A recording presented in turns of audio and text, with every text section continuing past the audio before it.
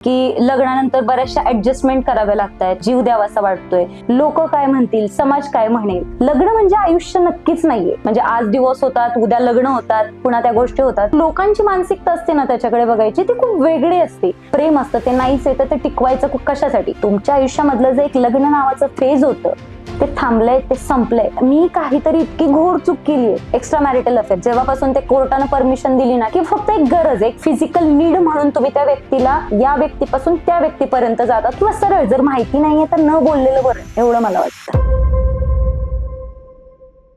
बऱ्याचशा महिला असतील किंवा पुरुष असतील, त्यांचे बऱ्याचदा सोशल मीडियावरती मेसेजेस असतात किंवा समोर जरी भेटले तरी ते विचारत असतात की लग्नानंतर बऱ्याचशा ऍडजस्टमेंट कराव्या लागतात किंवा सहन होत नाहीये, जीव द्यावासा वाटतोय, आणि असे बरेचसे क्वेश्चन्स असतात की काय करू, कसं करू, नक्की राहू नको राहू, काहीच कळत नाहीये, डिसिजन कसा घ्यावा हेच कळत नाहीये. सिम्पली बरोबर आहे, लग्न हे पवित्र बंधन आहे, राईट.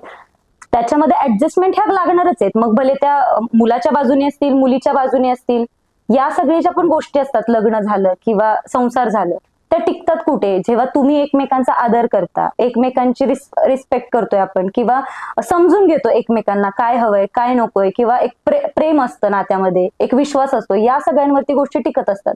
पण कुठेतरी या नात्यामध्ये जेव्हा एक जण कुठेतरी कमी पडायला लागतो ना, ते नातं ढासळायला सुरुवात होते, किंवा तिसरा कोणीतरी येतो तेव्हाही ते नातं ढासळायला सुरुवात होते. अशा वेळेस बऱ्याचदा मग मुलगा असेल किंवा मुलगी असेल, हे दोघं जण ऍडजस्टमेंटचा ट्राय करतात की हे लग्न, हे नातं टिकवण्यासाठी.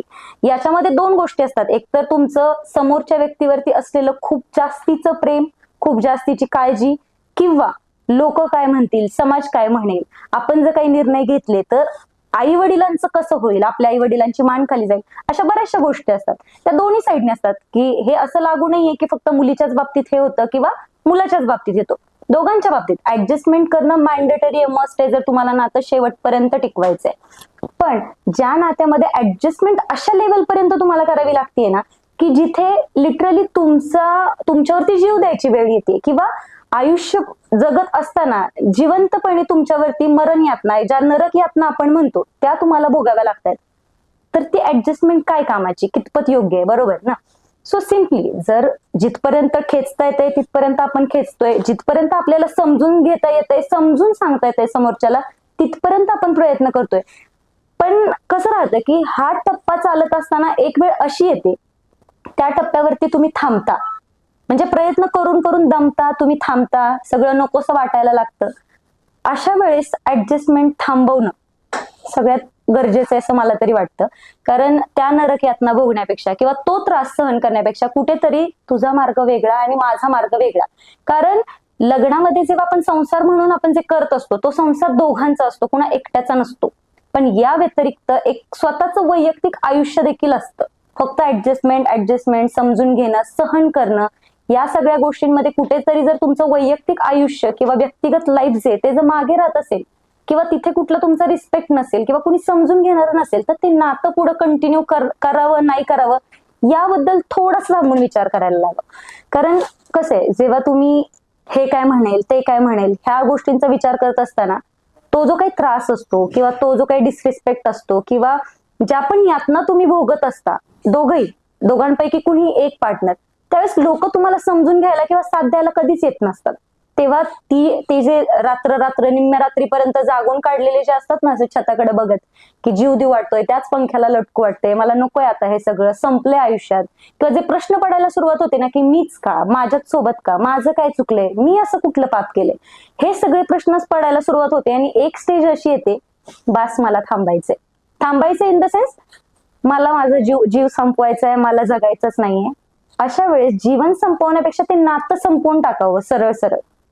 लोक म्हणतात दोघांनी समजून घेतलं पाहिजे तर ते पुढे चालणार आहे, कुणीतरी एकाने माघार घेतली पाहिजे. सगळीकडूनच आपण ऐकतो, थोर लोक बोलून गेलेत की जे काही लग्न म्हणजे नवरा आणि बायको ही एका रथाची दोन चाकं असतात, बरोबर ना? ते दोन्ही चाकं जर मजबूत असतील तर तो रथ पुढे शेवटपर्यंत, जे डेस्टिनेशन आहे तिथपर्यंत तो पोहोचणार आहे. पण एक जर त्यातला ढासळला ना तर तो दुसरा एकटा कितपर्यंत खेचणार, तो पण खेचेल, एका पॉइंटला जाऊन दमेल ना तो पण. जर शेजारी असणाऱ्या त्या दुसऱ्या व्यक्तीला जर समोरच्या व्यक्तीची काही किंमतच नाहीये, किंवा एका प्रकारे घेणं देणंच नाहीये, की तो जगतोय, मरतोय, त्याला काही वाटतंय किंवा त्याच्या काही भावना आहेत, त्याच्या काही फिलिंग्स आहेत, त्याची काही कदर नाहीये, काही घेणं देणंच नाहीये, तो एकटा कुठपर्यंत सगळ्या गोष्टी पुढे खेचत नेणार ना. मग अशा वेळेस स्वतःला त्रास करून घेण्यापेक्षा ना सरळ लोक, समाज, फॅमिली ह्या सगळ्या गोष्टी मागे ठेवून मला काय वाटतं किंवा माझं सुख कशात आहे ह्या गोष्टी पाहणं इम्पॉर्टंट आहे असं मला वाटतं. लग्न या कन्सेप्ट मध्ये कसं आहे ना, हा ठीक आहे, बऱ्याचदा असं होतं की जर आता माझं लग्न तुटलं किंवा मी जर काही डिसिजन घेतला तर लोक मला नावं ठेवतील, मी कसं जगू. लग्न म्हणजे आयुष्य नक्कीच नाहीये. ते जर नाहीच केलं तरी माणूस जगणार आहे, केलं तरी जगणार आहे, करून ते तोडल्यानंतरही तो काही मरणार नाहीये. करायचंच म्हटलं तर तो दुसऱ्यांदाही करू शकतो आणि नाहीच करायचं ते ज्याचं त्याचं इंडिपेंडंट जे पण काही आहे ते स्वतःचं पर्सनल डिसिजन आहे. पण पर्सनली स्वतःला त्रास करून घेऊन ते टिकवणे इतपत ते महत्वाचे आहे असं मला तरी नाही वाटत. सोडचिठ्ठी, डिवोर्स खूप मोठे शब्द आहेत, बरोबर ना. म्हणजे ऐकलं तरी असा नॉर्मल इकडे तिकडे पाहणारा माणूस पण असं बघायला सुरुवात करतो, बापरे. म्हणजे ती कन्सेप्ट ठीक आहे, पाश्चात्य संस्कृतीमध्ये आपण म्हणू की ते नॉर्मल आहे, आपल्या महाराष्ट्राच्या बाहेर, इंडियाच्या बाहेर ते नॉर्मल आहे. म्हणजे आज डिवोर्स होतात, उद्या लग्न होतात, पुन्हा त्या गोष्टी होतात. पण आपल्या ठिकाणी त्या गोष्टींना आपण असं खूप हे करतो की नाही, लग्न म्हणजे एक पवित्र बंधन, आणि त्यातल्या त्यात जर एखाद्याचा जर डिवोर्स झालेला असेल तर जो लोकांची मानसिकता असते ना त्याच्याकडे बघायची ती खूप वेगळी असते. म्हणजे भले त्यांची कारणं वेगळी असतील की कुठल्या कारणाने त्यांचा डिवोर्स झालाय, लोकांना हे माहिती नसतं की कारण काय, पण बोलणारे लोक वेगवेगळ्या पद्धतीने बोलत असतात.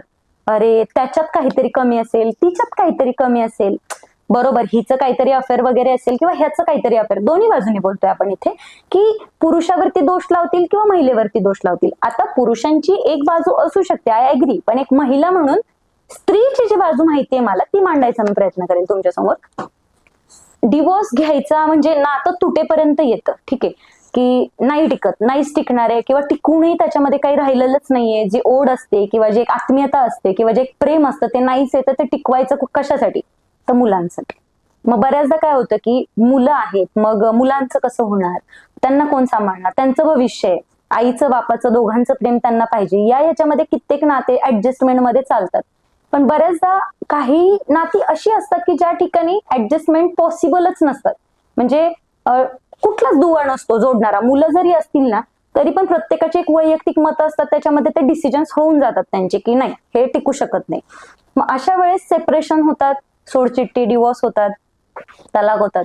आणि त्यानंतर मग कसं होतं की आता महिलेची बाजू जर घेतली तर एखादी महिला तिच्या नवऱ्याला सोडून जेव्हा बाहेर राहतीये, ठीक आहे, भले ती तिच्या आई वडिलांकडे राहत असेल, परिस्थिती नसेल तर सेल्फ डिपेंडंट स्वतः जॉब करत असेल, नोकरी करत असेल कुठेतरी, त्यात तिच्या मुलांना सांभाळत असेल, तर जो आपल्या समाजाचा जो मानसिकता आहे, जो दृष्टिकोन आहे ना, तो फार विचित्र आहे. आणि तो मी स्वतः अनुभवलाय की अरे किती बिंदास राहते ही, म्हणजे किंवा लगेच बोलताना लगेच जज करायला सुरुवात होतात, अरे असे ड्रेसेस घालते किंवा एवढी बिंदास राहते, मेकअप करते, छान राहते, खाते पिते, मुलांसोबत शॉपिंग करते. सिम्पली तुमच्या आयुष्यामधलं जे एक लग्न नावाचं फेज होतं ते थांबलंय, ते संपलंय. मग आयुष्य जगायचं सोडून द्यायचं का, त्या बाईने असेल किंवा त्या पुरुषाने असेल. आयुष्य तिथे एका व्यक्तीनं थांबत नसतं, आपण ते स्वतःहून थांबवून घेतो. कुणाच्या जाण्यानं, कुणाच्या येण्यानं ते थांबत नाही कधीच. आपण प्रयत्न करतो की ते थांबवतो, कारण आपल्याला थांबायचं असतं. काही लोक मेंटली विचार करतात, म्हणजे प्रॅक्टिकल विचार करतात, आणि काही लोक जे असतात ना ते भावनिक असतात, खूप जास्त इमोशनल. त्यांना त्यातून बाहेर पडता येत नाही. ते इमोशनली कुठेतरी कोपऱ्यात बसायचं, बंद करून घ्यायचं, मग स्वतःला त्रास करून घ्यायचा, इमोशनल स्टेटस टाकायचे, रडापडी करायची, खायचं नाही प्यायचं नाही असं करत करत त्या व्यक्तीच्या आठवणीमध्ये कुजतात. आणि काही लोक प्रॅक्टिकल असतात, ठीक आहे समोरचा आपल्याला सोडून खुश आहे ना, मग आपण पण खुश राहायचे. नाही बॉन्डिंग होऊ शकत किंवा ती जी केमिस्ट्री आहे ती नाही जुळू शकत आहे, तर चला तुझा मार्ग वेगळा, माझा मार्ग वेगळा, तू पण खुश राहा, मी पण खुश राहणार. तर या प्रॅक्टिकल याच्यावरती ती माणसं जगत असतात.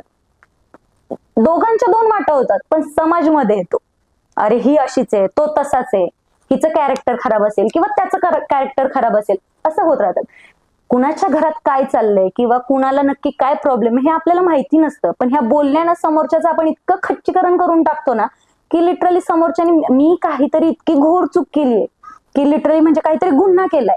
स्वतःच्या हक्कांसाठी लढलेल्या माणसाला पण आहे ना समाजाची ही जी विचारसरणी आहे ना ती मी काहीतरी गुन्हा केलाय हे डिवोर्स घेऊन, हे करून, असं विचार करायला भाग पाडत असते. की कुठेतरी थांबलं पाहिजे की प्रत्येकाला हॅपी राहण्याचा अधिकार आहे. तो कसं राहायचं, काय राहायचं ज्याच्या त्याच्यावरती डिपेंड आहे. आजकाल खूप गोष्टी घडलेत की आता एक्स्ट्रा मॅरिटल अफेअर्स वरती आपण बोलू. तुमच्या एकदम छान चाललेल्या नात्यामध्ये पहिले कसं होतं पूर्वीच्या काळामध्ये की सासरवास व्हायचा, मग सासूनीच त्रास दिला, सासऱ्याने त्रास दिला किंवा दिरानं त्रास दिला, नंदेने त्रास दिला, हे असे प्रकार होत जायचे. आता नवीन प्रकार आला एक्स्ट्रा मॅरिटल अफेअर. जेव्हापासून ते कोर्टानं परमिशन दिली ना की लिव्ह इन मध्ये राहणं हा गुन्हा नाहीये, तुम्ही लिव्ह इन मध्ये राहू शकता आणि त्याला मान्यता आहे ना ऑल गोष्टी, तिथपासून हा जो व्याभिचार म्हणतो ना आपण, प्रेम असं म्हणू शकत नाही. ज्या एका व्यक्तीसोबत तुम्ही 7 वचनं घेतलेत, 7 फेरे घेतलेत, त्याच्यासोबत जर तुम्ही लॉयल राहू शकत नाही तर तुम्हाला तिसऱ्या व्यक्तीबरोबर प्रेम होतच कसं ना. सिम्पली व्याभिचार आहे किंवा एक प्रकारचा व्याह्यातपणा म्हणू की फक्त एक गरज, एक फिजिकल नीड म्हणून तुम्ही त्या व्यक्तीला या व्यक्तीपासून त्या व्यक्तीपर्यंत जातात तुमची गरज भागवण्यासाठी, जे पण करत असतील ते. तर तशा ठिकाणी नात्यांमध्ये तफावत होते. मग काय होतं की कुणीतरी दोघा पार्टनर मधला एक लॉयल असतो आणि दुसरा जो असतो तो त्याचे हे असे प्रकार चालूच असतात, हे अफेअर ते अफेअर, ह्याच्यासोबत एक्स्ट्रा मॅरिटल अँड ऑल सगळ्या गोष्टी. सफर होतो तो लॉयल पार्टनर होतो. मग तो लॉयल पार्टनर एकतर सहन करतो किंवा सरळ सरळ मला तुझ्यासोबत राहायचं नाही म्हणून तो वेगळा होतो. पण समाज नाही राहू दे तिथे असं करून. समाजमध्ये येतोच की ठीक आहे, ज्यातल्या त्यात जर मुलाचं काही वेगळ्या गोष्टी असतील आणि मुलगी जर लॉयल असेल तर राहतं की कुठे जाणार आहे तो, शेवटी मुलीची जाते, शांत राहा, तो येईलच, पुन्हा तुझ्याकडेच येणार आहे, ह्या गोष्टी तिला समजून सांगितल्या जातात. त्या ठिकाणी जर मुलगी तशी असेल ना की व्याभिचारी म्हणू आपण, तर त्यावेळेस मात्र जो समाज असतो ना तो लगेचच येतो, अरे ती तशी आहे का, दे हाकलून, दे सोडून. मुळात हे ह्या न करणं किंवा ती न करणं ह्या गोष्टी चुकीच्याच आहे. जेव्हा तुमचं लग्न झालंय तुम्ही तुमच्या पार्टनर सोबत लॉयल राहणं मॅन्डेटरी, पण नाही, तुम्ही थर्ड ऑप्शन काहीतरी चॉईस करता आणि डिवोर्सचं प्रमाण ह्यातनं वाढत चाललेलं आहे. आणि त्यातल्या त्यात का होतंय, काय का नाही होतंय, ह्या गोष्टींवरती आपण जज नाही करू शकत. सो जेव्हाही तुम्ही कुणाला तरी असं बघाल ना की सिंगल पॅरेंटिंग करतोय, सिंगल मदर आहे किंवा सिंगल फादर आहे किंवा म्हणजे डिवोर्स झालाय, तर कुणालाही जज करताना, कुणावरती एक स्टेटमेंट देताना थोडा विचार करत जा त्या समोरच्याच्या भावनेचा की नक्की काय झालं असेल, किंवा सरळ जर माहिती नाहीये तर न बोललेलं बरं, एवढं मला वाटतं.